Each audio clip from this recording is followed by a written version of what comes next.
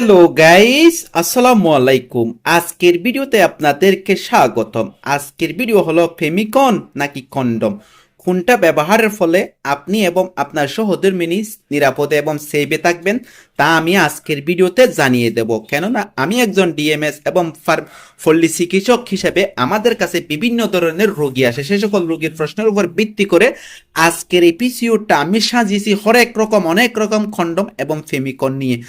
আপনি এবং আপনার সহধর্মিণী কোনটা ব্যবহারের ফলে সবচেয়ে বেশি নিরাপদ থাকবেন তা জেনে যাবেন।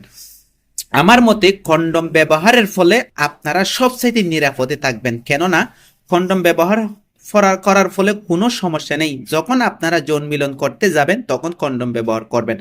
আর ফেমিকন ব্যবহার ফলে অনেক সমস্যা রয়েছে, যেমন ফেমিকন প্রতিদিন খেতে হবে, একদিন দুদিন গ্যাপ পড়লে অনেক সমস্যা পড়ে যায়। ফেমিকন অনেক সাইড এফেক্ট রয়েছে, যেমন ফেমিকন খাওয়ার ফলে আপনার সহধর্মিণীর মাথা ব্যথা, মাইগ্রেনের সমস্যা, বমি বমি ভাব, মোটা হয়ে যাওয়া, অনেক ধরনের সমস্যার সম্মুখীন হতে হয়। সেই জন্য মেয়েরা প্রতিদিন ফেমিকন ফেমিফিল এটা খাওয়া থেকে বিরত থাকতে চাই, কেননা এটা খাওয়ার ফলে এই সমস্যার সম্মুখীন হতে হয়।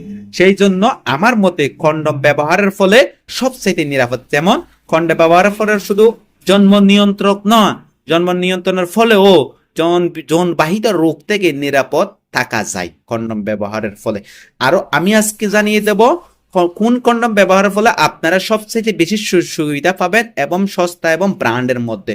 আমি এখানে অনেক রকম কন্ডম নিয়ে হাজির হয়েছি, যেমন ডিউরেক্স, কোরাল, তারপরে প্যান্থার, অনেক ধরনের কন্ডম নিয়ে হাজির হয়েছে। আমার মতে সবচেয়ে সহজ মূল্য এবং ব্র্যান্ড ফাটবে না এরকম কন্ডম হলো প্যান্থার। প্যান্থার ব্যবহারের ফলে আপনি এবং আপনার সহধর্মিণী দুইজনে তৃপ্তি পাবেন এবং মন ভরে যৌন মিলন করতে পারবেন। যতই যৌন মিলন করেন না কেন ইনশাল্লাহ ফাটবে না, এটা তোকে নিশ্চয়তা দিয়ে গেলাম। যদি আমার ভিডিওটা ভালো লাগে লাইক কমেন্ট শেয়ার এবং সাবস্ক্রাইব